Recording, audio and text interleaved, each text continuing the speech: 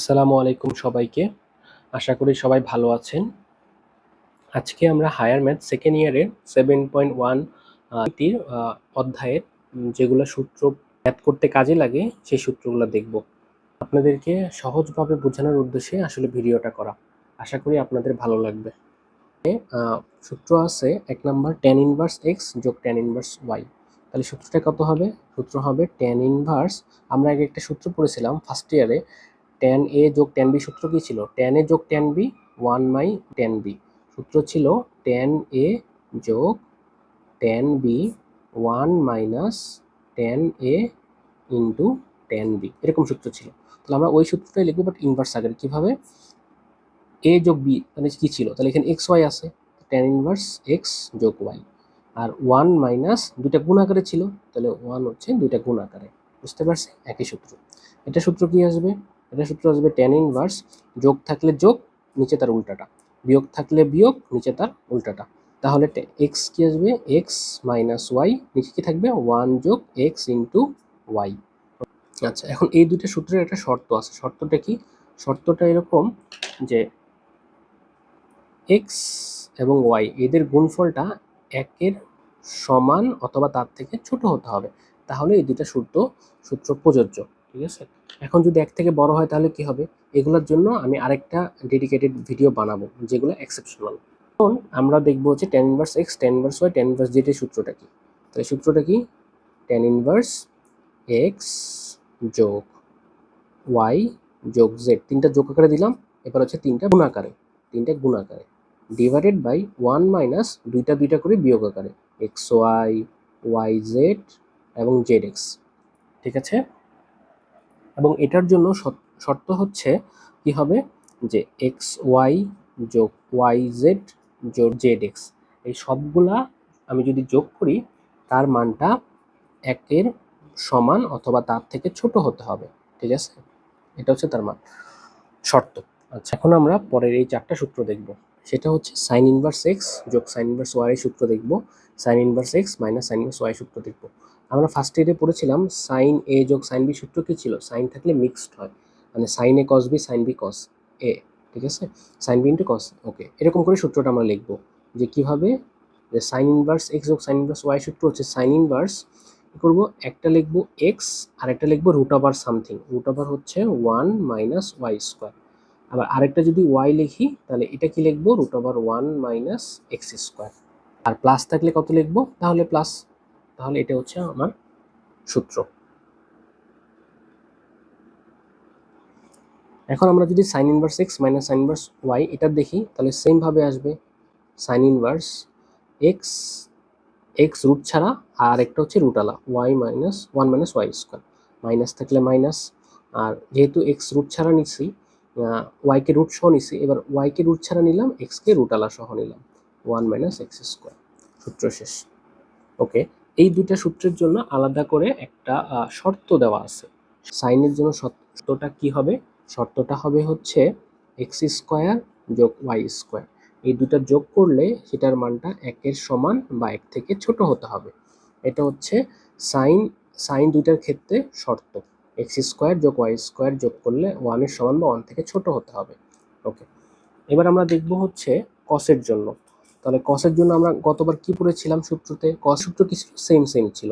তাহলে আমরা এখানে সেম করব। তাহলে কস ইনভার্স, প্রথমে রুট ছাড়া এক্স এবং ওয়াই রুট ছাড়া। আর কসের জন্য কি ছিল? প্লাস থাকলে মাইনাস, মাইনাস থাকলে প্লাস। তাহলে প্লাস থাকলে মাইনাস দিলাম। এবার হচ্ছে প্রথম দুটো রুট ছাড়া, এগুলো রুট আলা, তাহলে 1 মাইনাস এক্স স্কোয়ার, আর এখানে কত থাকবে? 1 মাইনাস ওয়াই স্কোয়ার ক্লোজ। পরেরটাও same, cos inverse x y, minus থাকলে হবে plus, root over 1 minus x square into 1 minus y square. Okay, তাহলে আমরা এই সূত্রটা পারলাম। এখন এখানেও একটা ঘটনা আছে, সেটা কি? cos দুইটার জন্য, এই cos দুইটার জন্য একটা শর্ত আছে। তাদের জন্য শর্তটা কি হবে? তাদের জন্য শর্তটা জানতে হবে, এগুলো অবজেক্টিভে আসে। তাহলে শর্ত হচ্ছে এক্স আর ওয়াই এই দুইটা যোগ করলে তাদের মান হচ্ছে, এক্স আর ওয়াই যদি যোগ করি তাহলে তাদের মান শূন্যের সমান বা শূন্য থেকে বড় হতে হবে।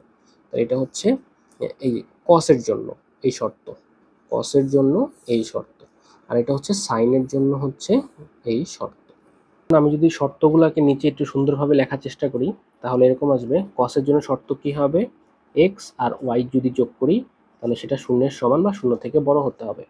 আর যদি সাইনের জন্য যদি লেখার চেষ্টা করি তাহলে সাইনের জন্য কি আসবে, সাইনের জন্য আসবে হচ্ছে এক্স স্কোয়ার যোগ ওয়াই স্কোয়ার, এই দুটার যোগফলটা একের সমান বা এক থেকে কি হতে হবে, ছোট হতে হবে, এক থেকে ছোট হতে হবে।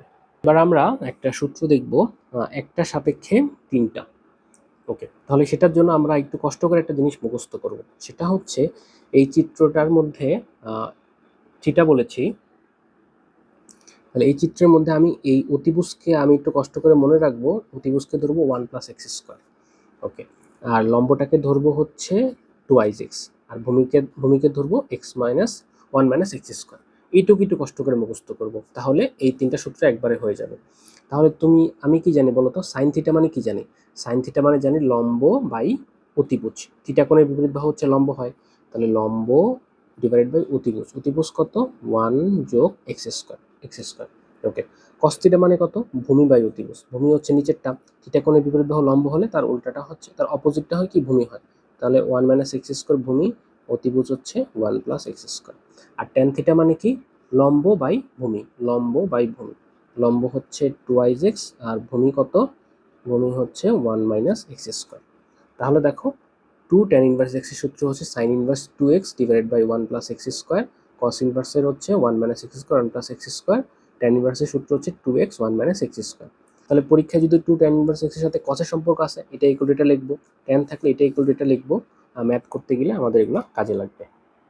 এই তিনটার জন্য একটা শর্ত রয়েছে, তাহলে তাদের শর্তটা কি হবে,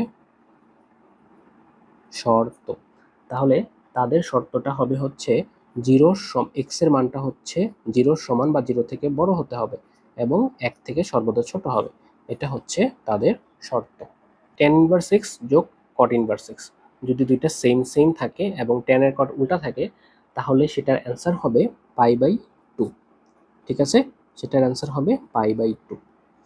এটার জন্য শর্ত রয়েছে, শর্ত হচ্ছে x এর মানটা হবে 0 সমান বা 0 থেকে বড়।